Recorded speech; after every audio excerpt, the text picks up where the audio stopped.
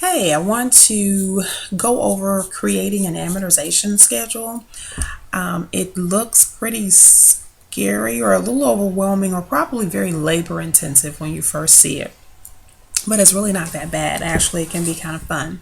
One of your questions that you had on your previous quizzes went something like this. A borrower has a 30-year mortgage loan for $200,000 with an interest rate of 6% and monthly payments. If she wants to pay off the loan after 8 years, what would be the outstanding balance of the loan? And of course, you can see here that that's been calculated.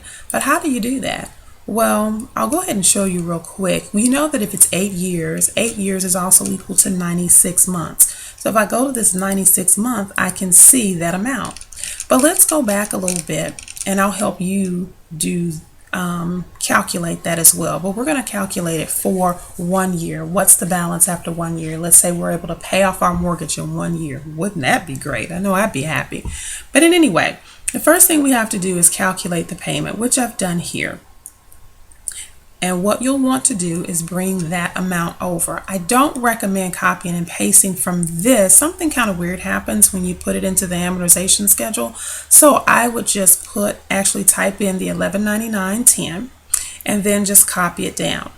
Now, to calculate the interest, there are a number of ways you can do it, but here I try to find the easiest way because I think that Excel is so much fun and you can do so many great things with it. I know I sounded real nerdy when I said that.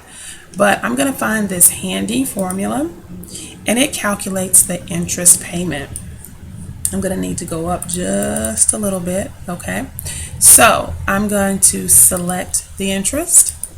I'm going to select the period, and the period is the interest the period that we're looking at, or the payment, particular or specific payment we're looking at that particular time. So right now we're looking at the first payment.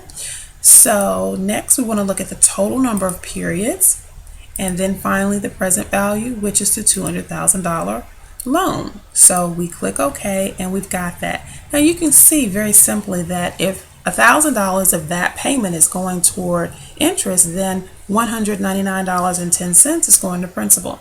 But there is a neat way to calculate that as well. So I will go find that handy formula. There it is. And I will put my information in. My rate is 5%.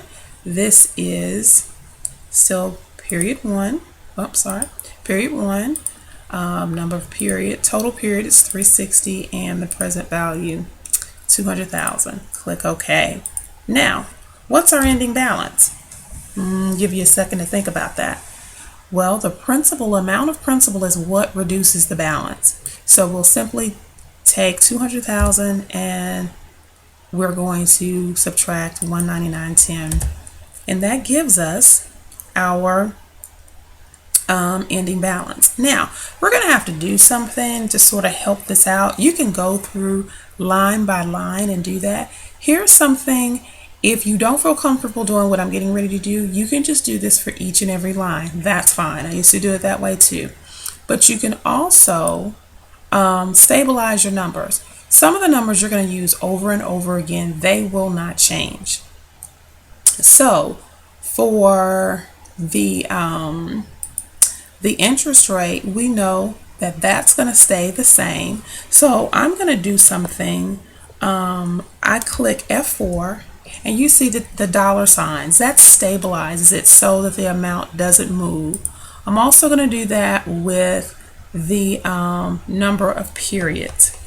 Click F4. It's going to stay stable. And then I'm going to do the same thing with the present value. Click F4 and then it stays the same. Notice I'm trying to point to it with my finger. You can't see that. The number doesn't change. I'm going to do the same thing with the principal amount so I can keep those figures stabilized. Same thing. Okay, now you're going to see in just a second just how cool that is, because now that I've done that, I can simply highlight those, click at the side, go back, click over here to the side and bring my little plus down, and voila, I know, that was so cool. I know. It's great. You're going to want to do this forever and ever. We're the coolest. We're finance people. I'm sorry, I got real excited. But anyway, this is what the balance would be after 12 months. So I hope this helps. Take care.